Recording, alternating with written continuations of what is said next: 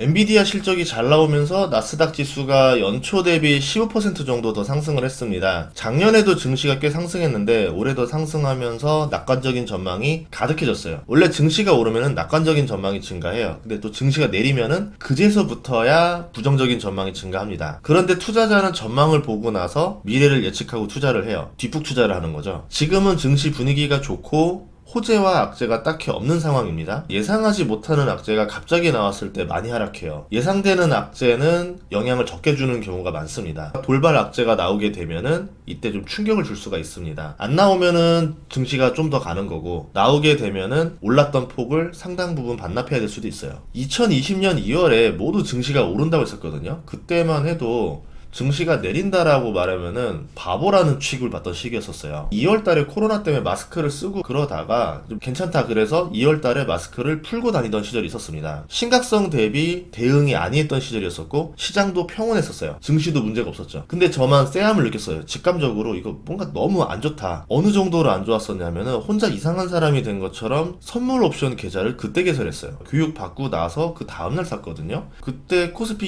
200 풋옵션을 샀었는데 대략 코스피 1900 수준 정도로 맞춰놨었습니다. 지금도 유튜브 영상에 있어요. 그때 증거들이 있는데요. 그때 샀던 풋옵션이 4800% 수익률을 주면서 다른 자산 손실을 만회할 수가 있었죠. 그러고도 남은 돈이 좀 있었어요. 그때 마스크와 방호물자를 사가지고 대구에 보냈었습니다. 모두가 좋다고 할 때 역발상도 해볼 필요가 있다고 말하고 싶어서 제 사례를 하나 말씀드렸어요. 모두가 좋다고 할 때가 오히려 위기일 수도 있다. 반대로 모두가 악재라고 할 때 그때가 주식을 사야 되는 타이밍일 수도 있다. 저점 매수, 고점 매도를 해야 되는데 그렇게 해야 돈을 번다라고 누구나 강의에서 얘기를 하고 누구나 다 알고 있는데 그게 되지가 않습니다. 유튜브에서 모두가 주식 좋습니다. 사세요 사세요라고 하는데 혼자 판다? 쉬운 일 아닙니다. 공포가 잔뜩 질려가지고 모두 주식 팔아야 됩니다. 나스닥 뭐 만두 깨집니다. 9천 갑니다. 이러는데 그때 전 재산을 주식에 베팅을 한다? 말도 안 되는 일이거든요. 그거를 해야 돈을 버는데 사람들이 그걸 못하고 그냥 시장의 분위기대로 편승하면서 투자를 하면 돈을 벌 수 있지 않을까 하죠. 근데 그 가격은 절대 싼 가격이 아니죠. 고점 매수, 저점 매도만 계속 반복을 합니다. 그러고서는 투자해서 돈 잃었어 라고 얘기하는 게 너무 답답했었어요. 지금 같은 경우는 호재 악재가 없으니까 그냥 쭉 타고 가면서 혹시 이상한 거 없나? 계속 레이더를 돌려야 된다는 거죠. 그러다가 남들은 발견하지 못했는데 나만 먼저 악재를 발견했다. 그럼 비중을 줄이던가 대응을 할 수가 있겠죠. 남들은 대응을 못해서 블랙스완이 돼버리고 나는 대응을 해서 오히려 기회를 잡을 수 있게 됩니다. 남들은 자산이 삼각되는데 나는 오히려 이 타이밍에 자산을 늘릴 수가 있는 기회가 오는 거죠. 추월을 할 수 있는 구간이 온다는 겁니다. 올해 금리 인하를 못할 가능성도 염두에 둬야 돼요. 반년 전인 작년 말에는 금리 인하를 6번까지 생각했었죠. 그런데 지금은 한 번으로 예상하고 있습니다. 6개월간의 과정을 보면은 사람들의 방향성을 예상하기 어렵게 10년물 금리가 위아래 위아래 계속 방향을 틀죠. 그러면서 금리 인하 기대감을 줬다 뺐었다 하면서 결국은 굉장히 많이 올라왔어요. 금리가 올라가면서 증시도 같이 올랐습니다. 이거는 경기가 좋아서 채권 금리가 좀처럼 떨어지지 않고 있다라는 금리가 꾸준히 상승하는 이유는 미국 정부가 돈을 계속 풀고 있기 때문에 그런데요. 미국 총 부채가 현재 34조 5천억 달러입니다. 4경을 넘었어요. 그 중에 1.5경이 4년 만에 생겼습니다. JP모건 CEO도 재정적자를 줄이지 않으면은 예상하고 있는 문제가 터질 거다. 그러면서 경고하고 있는데 정부는 신경도 안 쓰고 돈을 열심히 풀고 있습니다. 올해 대선이 끝날 때까지 무리를 해서라도 돈을 계속 풀 거로 예상되고 있고요. 이런 경고가 나왔다고 해서 증시가 바로 반응하지도 않아요. 보통 후유증은 뒤에 오는데 제가 생각하는 후유증은 내년 인플레 재점화입니다. 미국 정부도 이걸 알고 있을 거예요. 그런데 트럼프를 이겨야 돼서 모르는 척 하는 것 뿐입니다. 뉴스에서는 4월 달에 연방 흑자를 냈다고 나왔는데 원래 4월은 연방 소득세를 내는 달이라서 흑자예요. 이거보다는 연간 연방 누적 적자 추이를 보는 게 맞거든요. 지금 보면은 2019년이 코로나 이전의 평범한 누적 적자 수준입니다. 평소 이하였던 시기는 2022년 회계연도 때 8월까지였던 거고 2022년 9월부터는 에라 모르겠다 하면서 연방 적자를 크게 들렸어요. 증시가 크게 상승했던 2020년과 2021년은 엄청난 적자였던 시기고요. 2023년이 지금 중간처럼 보이는데 절대 그렇지 않죠. 코로나 이전보다 70% 더 많이 적자를 내고 있습니다. 그런데 올해 회계연도도 보면은 작년 수준으로 연방 적자를 내고 있어요. 돈을 열심히 풀고 있으니까 증시가 좋을 수밖에 없는 거죠.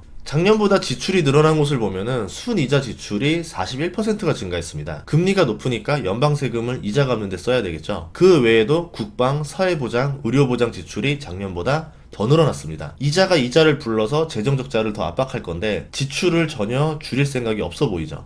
미국 부채는 심각한 수준으로 치닫기 시작하는데요. 올해 GDP 100%를 넘겼습니다. 이후부터는 이자가 이자를 부르고 재정적자를 메우기 위해서 채권을 더 찍겠죠. 2050년에는 미국 부채가 GDP 대비 180%를 찍게 될 거로 예상되고 있는데요. 부채 상환 능력을 의심받게 되면은 채권 금리는 급등하게 되고 달러 가치가 약세로 돌변할 겁니다. 언젠가 미국은 이 문제로 위기를 맞을 가능성이 있어요. 그 약한 타이밍에 중국이 치고 나올 가능성이 있겠죠. 시장은 매년 미국의 중립금리를 더 높게 예상하고 있는데요. 2025년 중립금리를 작년에는 3%대로 예상했는데 올해는 4%대로 예상하고 있어요. 그리고 2026년부터 금리가 다시 올라갈 거로 보고 있습니다. 인플레가 재점화된다 이렇게 예상해 볼 수도 있겠죠. 재정 적자가 나고 그만큼 돈을 풀어서 인플레 재점화 가능성 또는 경기 회복으로 인한 금리 인하를 마음껏 못하니까 그래서 금리가 올라가는 현상 이렇게 볼 수도 있을 겁니다. 우리 시각으로 6월 13일 금요일 새벽 3시에 6월 점도표가 나오거든요. 이제 2주 정도 남았습니다. 내년 중립금리를 12월 점도표에서는 3.6%로 봤고요. 3월에는 3.9%로 봤어요. 지금 데이터로 보면은 4.15%를 가리키고 있어서 4.2 정도가 나올 가능성도 있습니다. 연준이 중립금리를 올리면서 금리 인하를 자신있게 외칠 가능성은 낮다라고 봐야 돼요. 대신에 금리 인상은 없다는 말로 위로는 하겠죠. 그래서 파월의 발언이 금리 인상이 없다라는 발언 위주로 하느냐, 금리 인하를 할 예정이다라는 발언 위주로 하느냐를 잘 봐야 될 것 같아요. 페드와치에 나온 금리 예상을 보면은 11월에 금리를 한 번 내릴 거로 보고 있습니다. 11월 5일에 대선이 있거든요. 11월 7일에 금리를 내리지 않겠는가, 그렇게 해서 정치적 리스크를 피하지 않겠는가, 이런 예상이 가장 많습니다. 그 이유는 바이든 정부가 계속 돈을 풀 거기 때문에 그렇거든요. 이게 예상 수준이 아니라 기정사실입니다. 바이든의 지지율이 여름 이후로 계속 하락했었어요. 1월 말에 트럼프 지지율이 45%고 바이든이 42%로 벌어졌는데 재정적자를 무릅쓰고 돈을 계속 풀고 증시가 더 올랐잖아요. 바이든 지지율이 45%까지 따라왔습니다. 이제 누가 이길지 알 수 없는 구간까지 왔거든요. 돈을 계속 풀면은 바이든 지지율이 상승 추세라서 트럼프를 넘어갈 가능성도 있겠죠. 연방 정부가 푼 돈으로 인한 후유증은 결국 연준이 감당해야 되는 몫으로 떨어지게 됩니다. 그런데 바이든은 여기에 금리 인하까지 주문하고 있어요. 만약에 지표를 왜곡해 가면서까지 지표를 무시하고 금리 인하를 한다? 연준이 정치적으로 어떤 성향인지를 알게 되는 거죠. 바이든 재선을 위해서 위험을 무릅쓰고 모험을 거는 연준이 되지는 않을 거라 믿습니다. 과거 아서번지의 선례가 있었기 때문에 그렇거든요. 결국 백악관은 돈을 풀고 연준은 금리를 내릴 듯 내리지 않는 액션을 취하면서 대선까지 갈 가능성이 있지 않을까 예상하는데요. 인플레 재점화 우려는 이번 주 금요일 PCE가 발표되면서 더 명확해질 수가 있습니다. 연준의 목표는 2%지만 3개월 평균 상승률은 다시 반등하고 있어요. 돈을 풀고 경기가 좋은데 물가가 떨어지지 않는 상황을 기대하기는 어렵습니다. 인플레 재점화 우려는 이번 주 금요일 PCE가 발표되면 더 명확해질 수 있습니다. 다음 주부터는 인플레 재점화냐, 인플레가 잡히고 있다냐, 결국 6월 달에 금리 인하 기조로 가느냐 아니냐로 가는 거를 갈림길을 선택하는 게 이 PC라는 거죠. 돈을 풀고 경기가 좋은데 물가가 떨어지는 상황을 기대하기도 쉬운 건 아닙니다. 만약 PCE가 높게 나오면은 연준은 금리 인하에 부정적인 발언을 할 가능성이